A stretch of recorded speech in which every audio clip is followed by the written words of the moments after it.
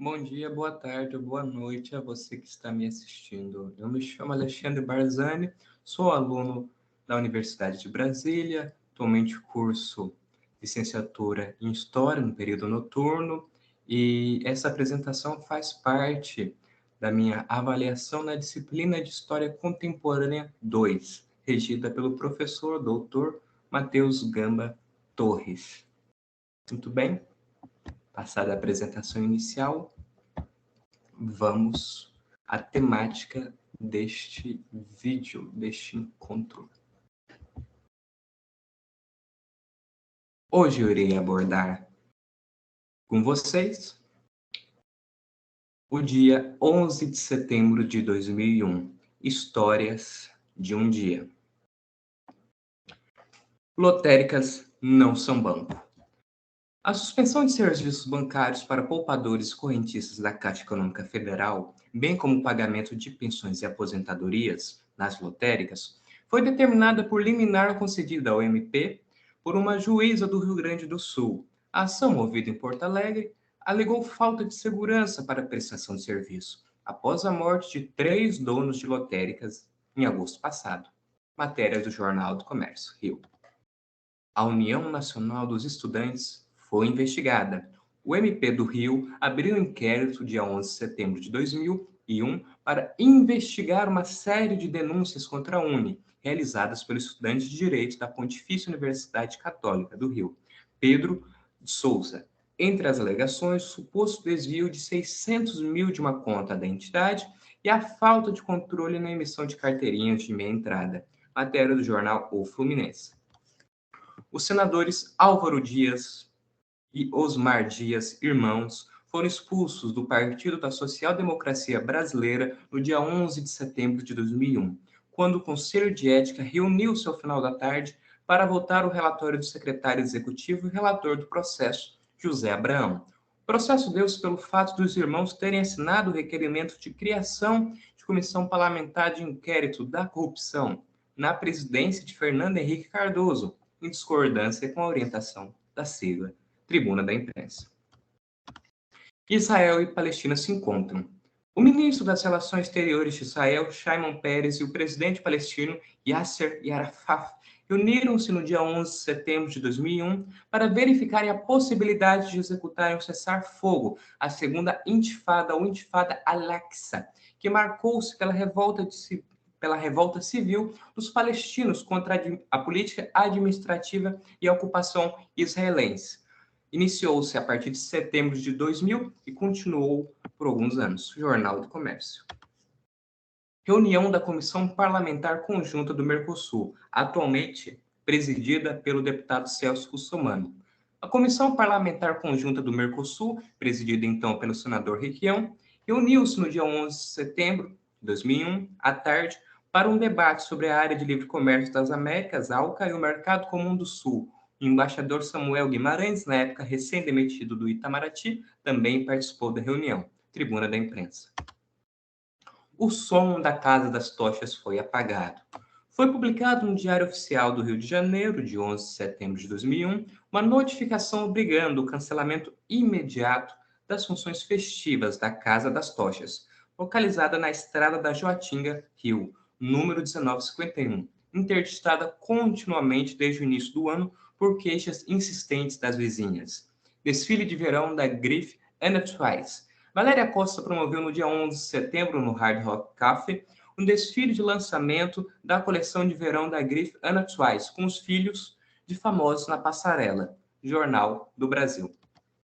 Congresso retira a caneta das mãos de FHC. No dia 11 de setembro de 2001, o Congresso promulgou uma emenda constitucional, em sessão solene, que regulamentou a edição de medidas provisórias pelo presidente da República e a sua devida tramitação no Legislativo. A sessão parlamentar foi uma resposta à edição de um MP que promulgou o controle governamental dos preços dos medicamentos, requerida então pelo ministro da Saúde, José Serra, e atendida pelo presidente.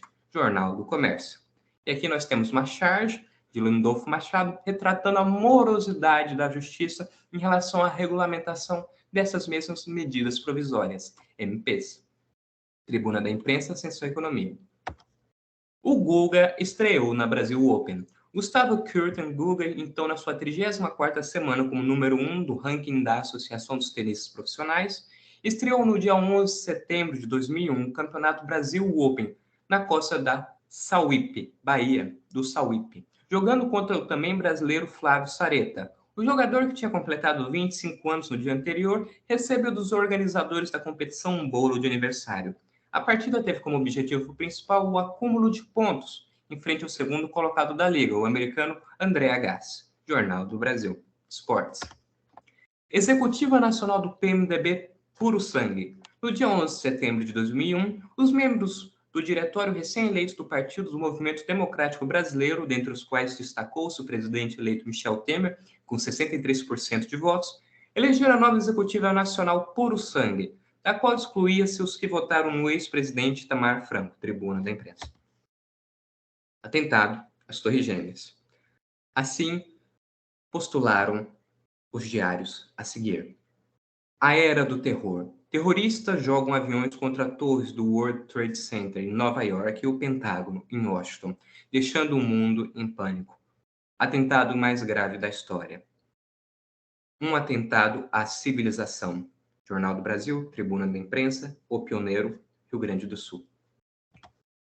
Os atentados de 11 de setembro foram atentados suicidas cometidos por fundamentalistas islâmicos vinculados à organização terrorista Al-Qaeda, liderada na época por Bin Laden, qual mobilizou o sequestro de 4 aviões comerciais, lançando-os contra locais específicos nos Estados Unidos. O primeiro chocou-se com a Torre Norte do World Trade Center. Em seguida, após uma pausa de 15 minutos para propositalmente dar ao mundo tempo para reunir-se em volta de seus aparelhos de TV e para a mídia organizar-se, o segundo avião se chocou com a Torre Sul.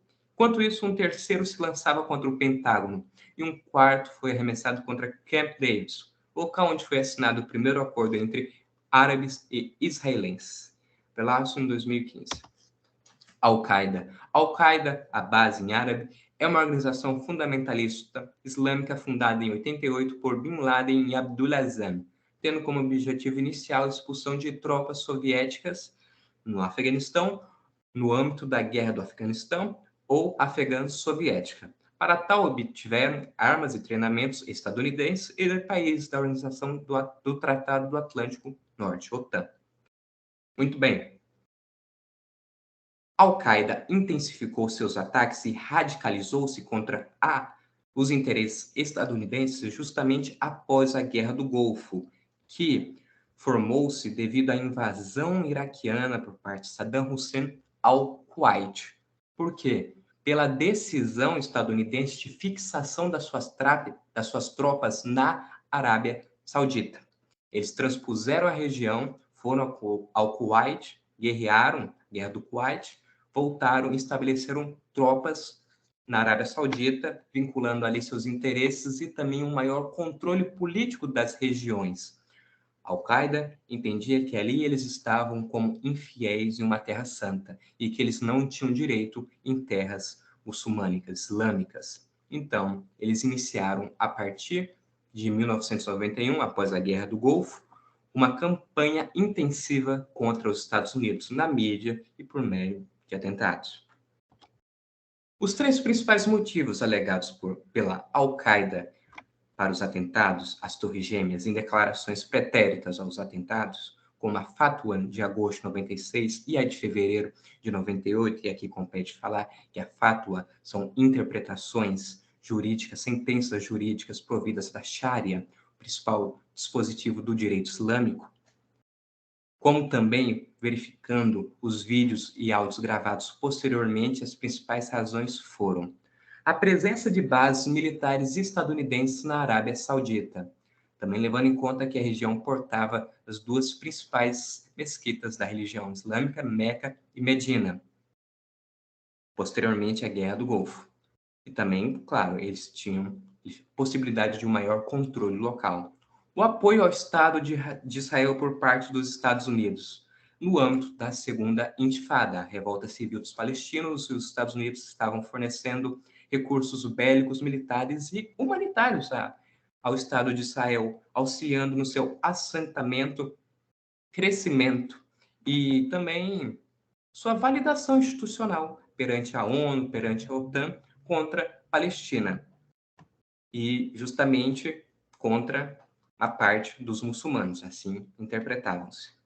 As sanções econômicas e militares contra o Iraque posteriormente à Guerra do Golfo foram uma das sanções mais duras da política externa estadunidense.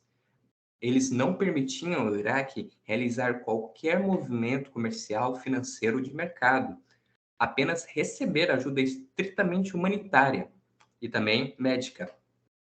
Estimativas colocam de que 100 mil a 1,5 milhão de mortes civis ocorreram durante essas sanções.